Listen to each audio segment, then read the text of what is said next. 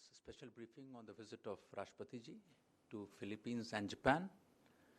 The visit will take place from 17th to 23rd October.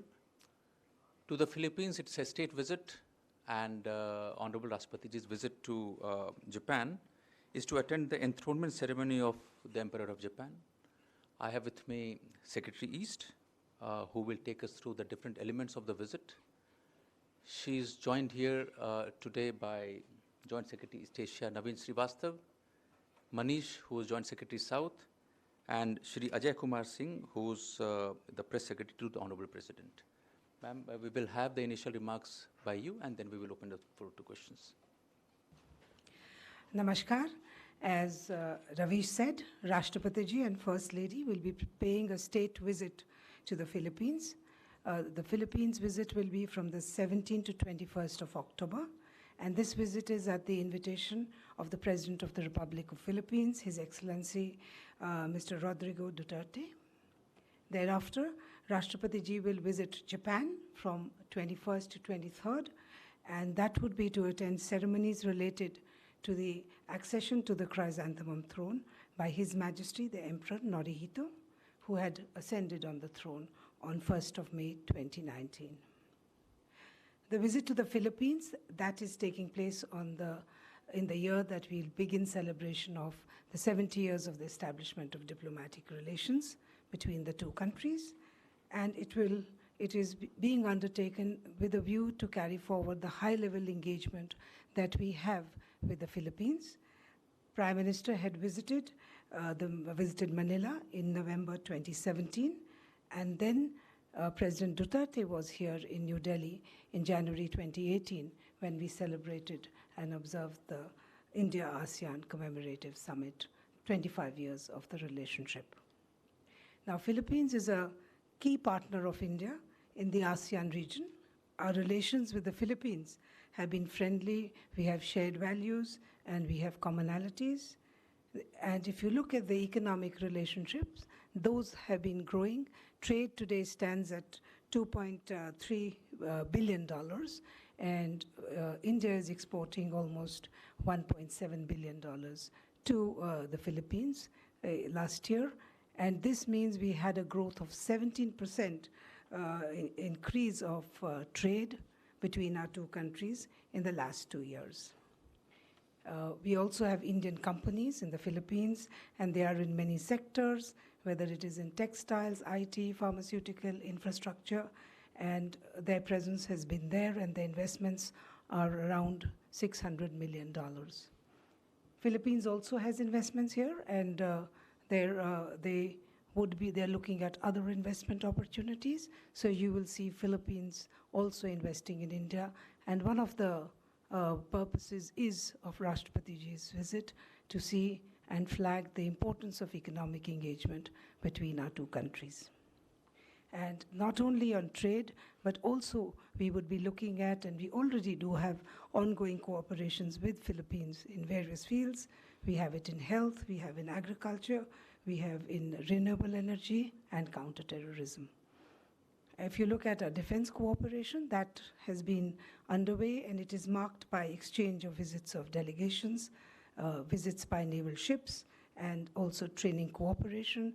We have set aside 30 to 40 slots every year for the Philippines Armed Forces to be training for various courses in India. And we did have an agreement, an MOU on defense industry and logistics that was signed in 2017, and that has given the opportunity for the two countries to look at new areas of cooperation in defense trade and procurement.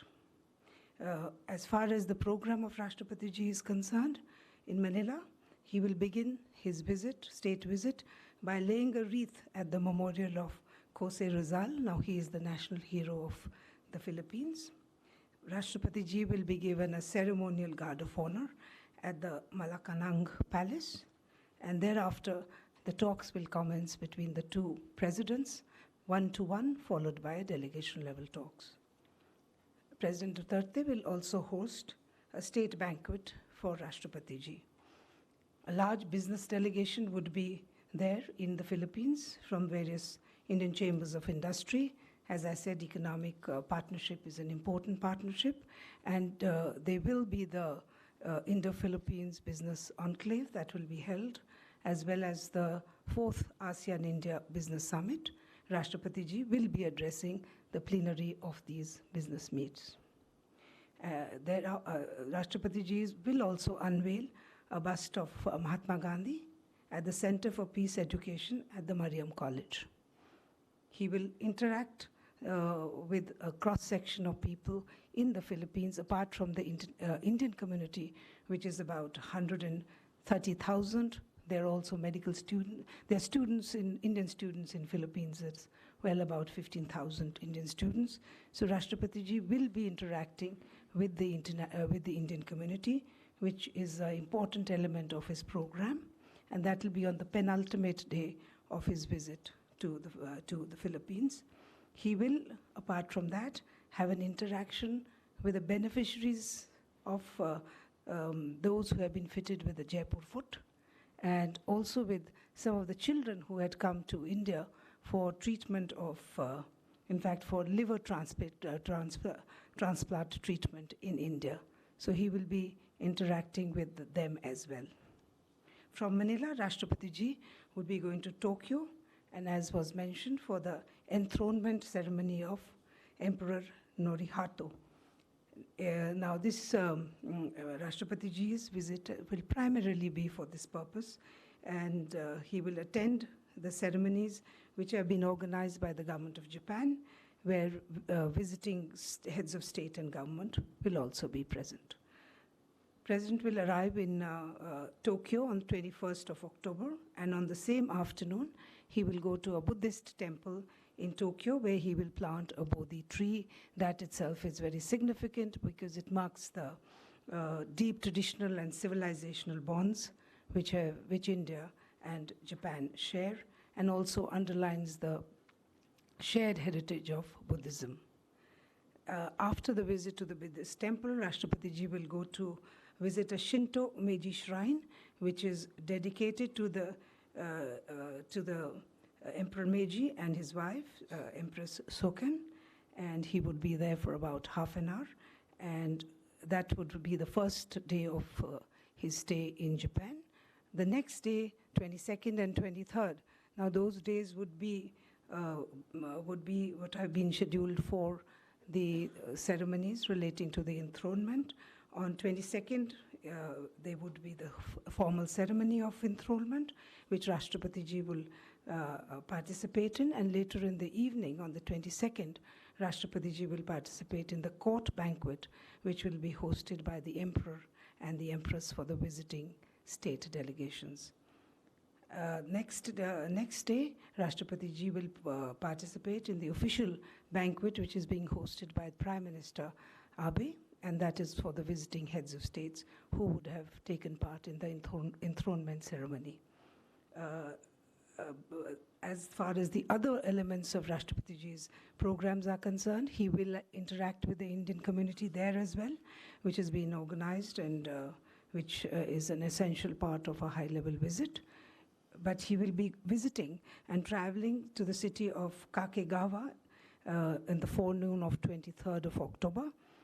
Now that is an area in which there are large number of Japanese company, including it is the headquarters of Secy Corporation, and it's about 230 kilometers from Tokyo, and Rashtrapati Ji would be taking one of the super-fast trains and travel on that.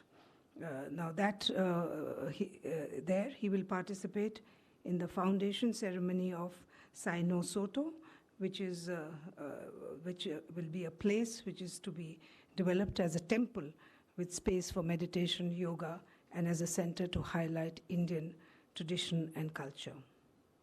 And so this brings us to the close, and that will be Rashtrapati Ji's program in Japan, and his participation in this ceremonies relating to the enthronement of the emperor signifies the very high importance that we attach to our relations with Japan, and it is a relationship it is a country with whom we have a very a special strategic and global partnership. And this visit of Rashtrapati also takes place in the background of a series of high-level visits that have been taking place between the two countries. Prime Minister Abe and Prime Minister Modi had most recently met at Vladivostok in September 2019 on the margins of the East European Forum. External Affairs Minister had also met the Japanese Foreign Minister at New York on the sidelines of the UNGA. And the last visit, presidential visit, which took place from India to Japan was in 1990, and that time it was former president, late President Venkatraman, who attended the enthronement ceremonies of Emperor Emeritus Akihito, who just stepped down last year. I'll close here and we'll take questions. Thank you, ma'am. I now open the floor to questions. Vinita.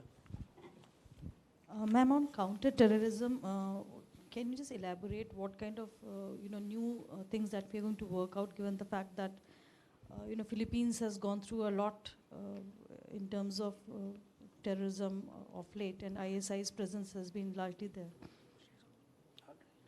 Also, in Japan, Japan is helping India in a lot of development work. So, a little bit more on that is something new on cards, and any development on the high-speed trains that was being talked about. We will take 2 to 3 questions. Ji, idhar dijiye. What are the sectors in which Indian companies have invested in Philippines? You have a question? In Japan, is the president expected to invite the emperor for a visit to India anytime soon? Thank you. As far as the Philippines is concerned, we have a joint working group with them on counterterrorism, and that group had last met in 2017, and under that they discussed a whole range of issues relating to the threats that emanate from terrorism. We are looking at working together with them in areas in terms of combating urban terrorism, as well as also we look at them with them and working on specific areas in terms of exchange of information and in terms of having joint, in fact, even drugs also we would be looking at how to cooperate with them on drugs, because there is a link between narcotics and terrorism. So that is the broad framework under which we will be cooperating with and working with them on counterterrorism.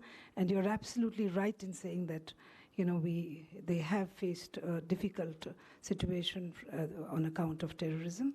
And at that point of time, when the city of Marawi was decimated, India had given about $500 million for the reconstruction of the city.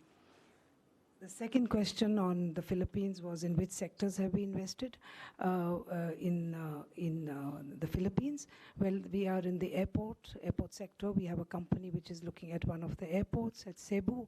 We have a number of countries. In fact, all the major ITs and pharmaceutical companies are there in the Philippines, and also in companies relating to textiles. So those are the broad areas in which we have the Indian companies and Indian industry presence in the Philippines. As regards Japan, of course, that I mentioned to you that Rashtrapati ji will be traveling the high-speed train, and he will be going from Tokyo to Kasagawa on that. As far as since it's not a substantive visit, so it's more a participation at the coronation ceremony. And we would be looking at, of course, continuing the dialogue with Japan, both during the interactions that would be happening between the two leaders, including, you would be aware that we have an annual dialogue with Japan. So the dialogue will continue with Japan to find new areas and to continue to implement what has been agreed to. As far as the invitation is concerned, I'm sure that Rashtrapati ji take necessary, would extend a visit, would extend an invitation, but of course it's for Rashtrapati ji to take that call. Sorry, Marawi assistance was $500,000 US dollars. Thank you. Srinjoy? Does President have any plans to visit the Renkoji temple? I've already given the whole details of the program, and that is the program of Rashtrapati in Japan. Suhasini?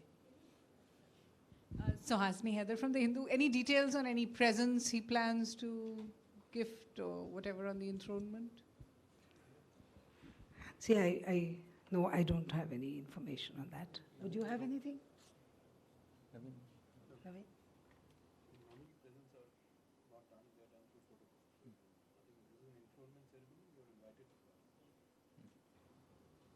See, this is an enthronement ceremony, so Rashtrapati ji is going to participate in the enthronement ceremony.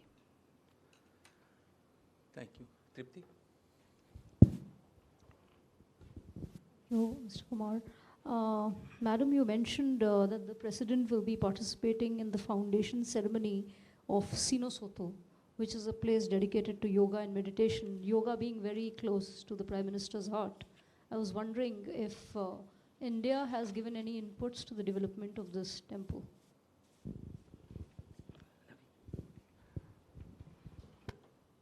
See, this temple is being built by a Japanese company. There's a lot of public support for this temple, and the Indian community has also contributed to it. One of the main patron is an overseas Indian who's been there in Japan for a very long time. So that's how it is being done. It's not a government-to-government project. It's a public project which is being undertaken. Yeah, he's an Indian origin person who's now a naturalized citizen of Japan. So he's championing it. Maybe I'll take the last set of 2 or 3 questions. No, none? I don't see any other hand. Thank you, ma'am. Thank you, Joint Secretary, and thank you, the Press Advisor, and thank you all for joining.